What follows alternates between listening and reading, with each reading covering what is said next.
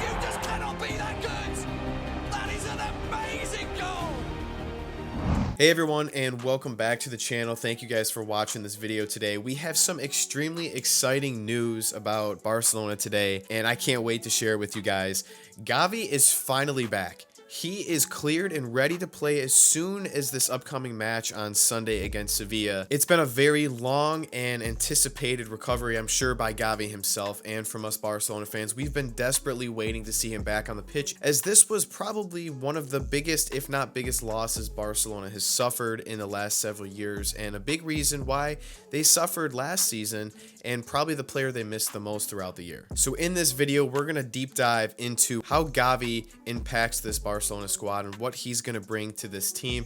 We're also going to get into Christensen and Araujo's return from injury and what we can expect from Barcelona tactically and who they're going to play as their starting center backs once everyone's fully fit and back into the squad. And then last but not least, Barcelona has two of the biggest matches of their season coming up at the end of October against Bayern Munich in the Champions League at home, and then they play Real Madrid, El Clasico. These are two huge matches, and these could be a very big turning point for Barcelona. After years and years of Barcelona getting embarrassed from Bayern Munich in the Champions League, this is finally Barcelona's chance to seek revenge. This is finally Barcelona's chance to shut down this superstar Real Madrid team and solidify themselves as one of the best teams in the world, maybe the best team in the world at this moment, and why they deserve to be favorites to win La Liga and the Champions League and other trophies this season if they can win these matches. So first, let's start with Gavi. Barcelona has been without Gavi since November when he tore his ACL in the Spanish national team. He was probably the biggest loss Barcelona suffered last season, as he just has this intensity and passion that really no other player, maybe outside of Rafinha, even comes close to having. Not only is he showed in his short tenure with Barcelona his incredible talent and his determination, this couldn't come at a better time for Barcelona, especially with these huge matches coming up in the coming weeks. His aggressive play style and his high intensity style of play perfectly matching with the way Flick plays. This is exactly what Barcelona needs and is definitely going to help shake things up in the midfield and even make them more solid than they already are. Gavi is known for his relentless pressing, his ability to win back possession, and just the overall energy and passion that he brings to the team. This could really elevate Barcelona's level of play and really be a huge factor against tough opponents, especially since Frankie de Jong is also back. We can't necessarily say both of these players are going to be 100% fit and able to play consistent 90 minutes for weeks to come, but when they come back, they're going to be able to come in and rotate some of these players off and put in some fresh legs, and Gavi in particular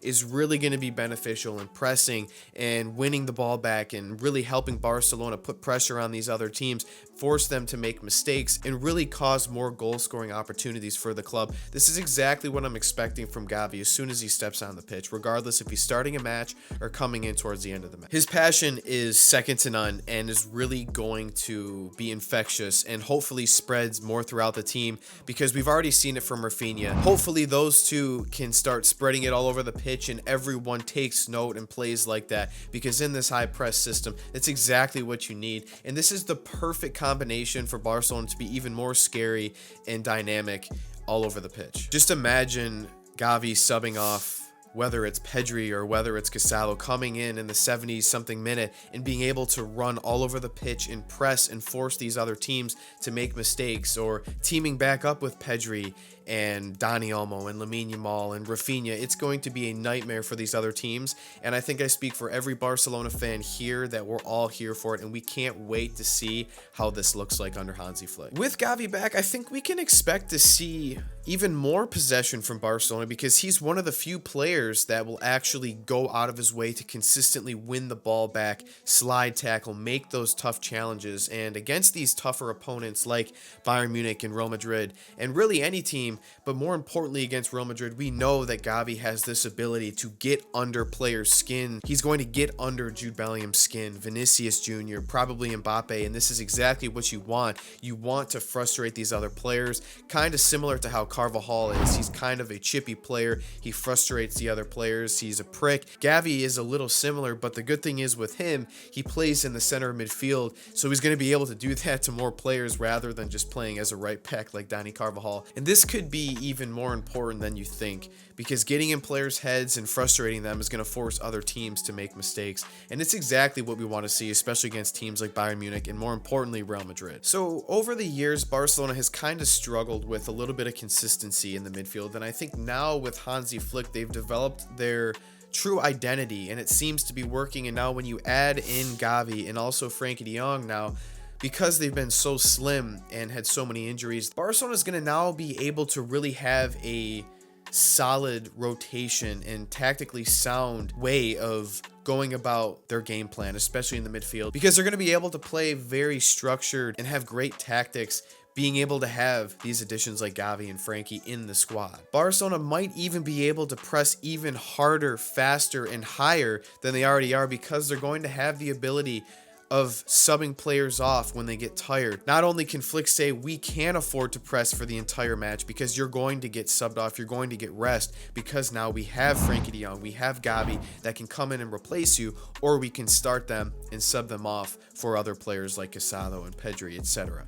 This could be very important, especially towards the end of the season when we need that extra squad depth, whether it be in the Champions League or La Liga. Last season, I think most people would agree that not having Gavi could have been one of the main reasons Barcelona had a lack of success, especially in the midfield, as Gavi is one of those few players in the squad that's not afraid to play very defensively and will make tackles and do whatever he can to prevent a goal-scoring opportunity. Now, quickly shifting gears towards the center back situation. Obviously, Araujo and Christensen are slowly gearing towards their return. Looks like Araujo could return in about a month and a half, but when both these players are healthy, yes, Barcelona's defense has probably been their biggest concern, but Cabarsi and Inigo Martinez have shown that they have been pretty solid for the most part of the season so far. But with these two seasoned players coming back, and especially Araujo with his pace, what can we expect? Can we expect both of those players to start? Can we expect a rotation of the four?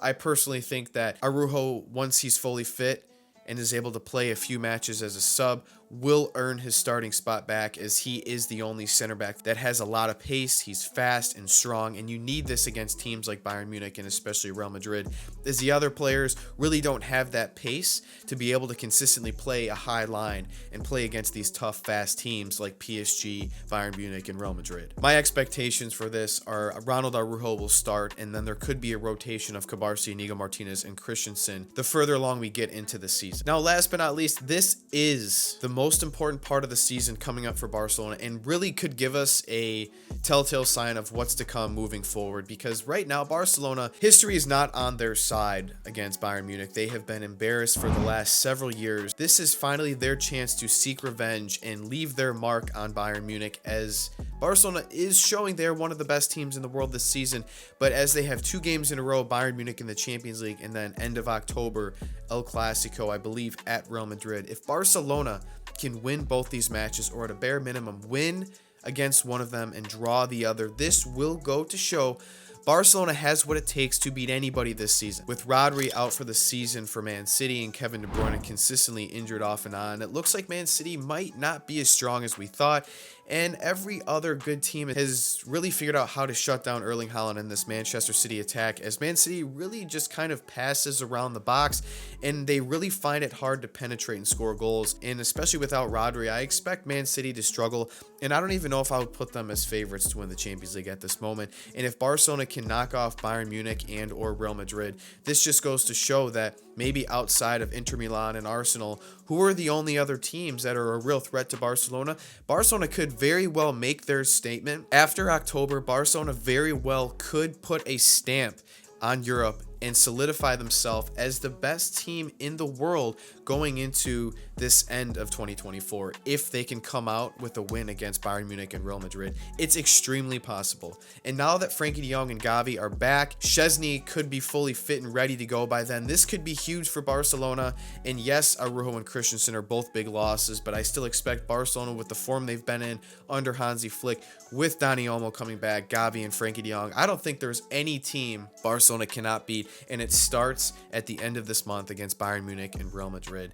Let me know what you guys think about this match and your predictions. Comment them down below. Well, there you have it, guys. Gavi is finally back and ready to go. He's cleared, and we could expect him as soon as the Sevilla match. We covered Christensen and Araujo and what we can expect from Barcelona and what are they going to run when all their center backs are back and healthy. And then, of course, the big matches at the end of October. Comment your thoughts and opinions down below. And, of course, if you guys enjoyed this video, feel free to drop this video a like or subscribe to the channel for more content. Thank you guys for watching, and I hope to see you guys back here next time.